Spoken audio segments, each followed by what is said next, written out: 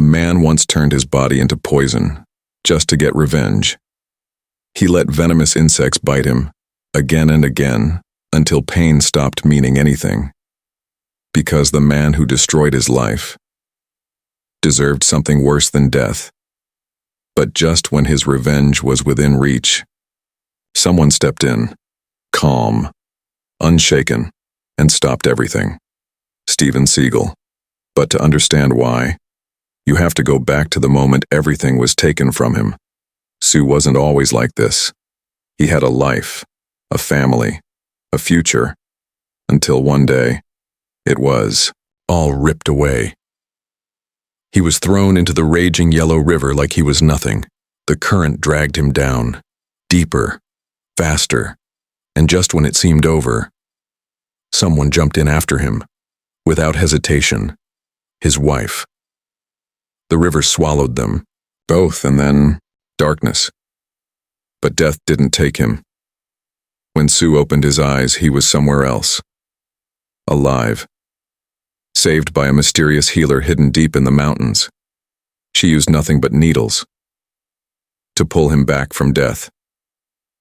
But she couldn't save everything. Because when Sue tried to move, his right hand was gone, lifeless, useless, and in that moment, something inside him broke. But what replaced it was far more dangerous. Sue tried to move his fingers, again and again, nothing. For a martial artist, this wasn't just an injury, it was the end. His wife stayed by his side, grateful he was alive. But Sue wasn't thinking about life anymore. He was thinking about the man who did this to him. The healer spoke calmly.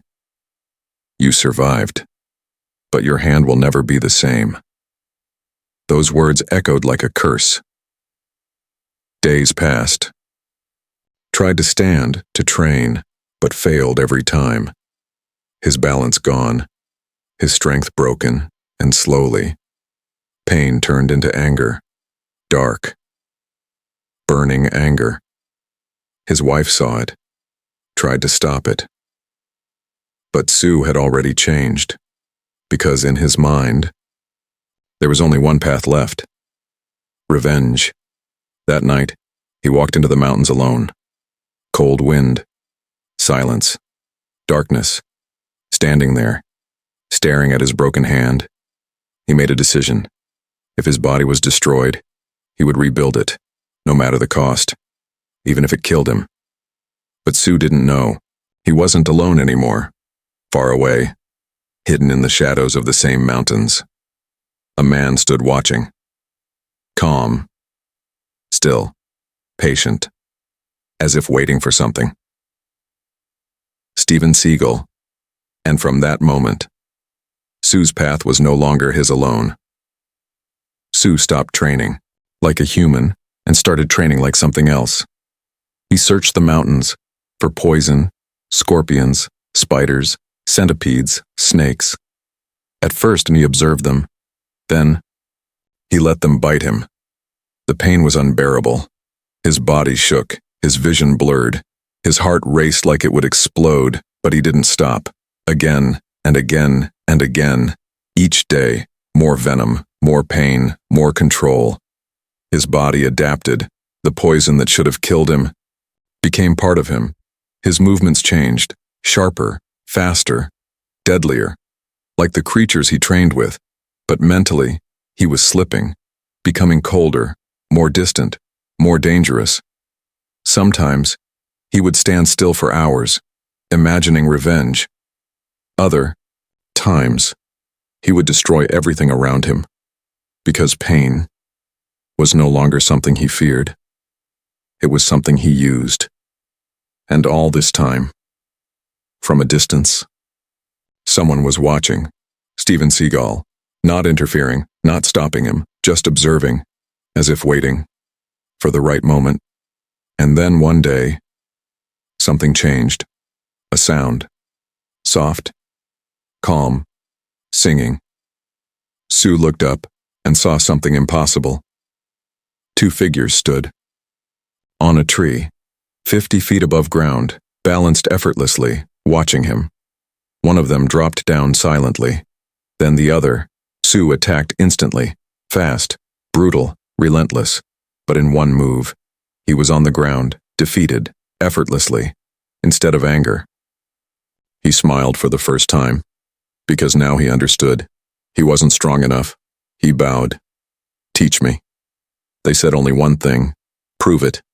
From that day, Sue returned daily, fought them, lost, again and again, but slowly. He improved. Moves, 5 moves, until one day, he landed a hit and everything changed. Now, he wasn't just strong, he was skilled, controlled, precise, dangerous. But while Sue was getting stronger, someone else was walking into danger, alone. Sue's wife watched him change, cold, silent, obsessed. She followed him one day and saw the truth. He was destroying himself, jumping from cliffs, breaking jars on his own head, training like a madman. Tears filled her eyes. This isn't you. But he didn't listen, because revenge had consumed him. So she made a choice, to save their son. Alone, she left. No goodbye. When Sue returned, the silence felt wrong. Then he understood, and for the first time, he felt fear. Real fear. He ran.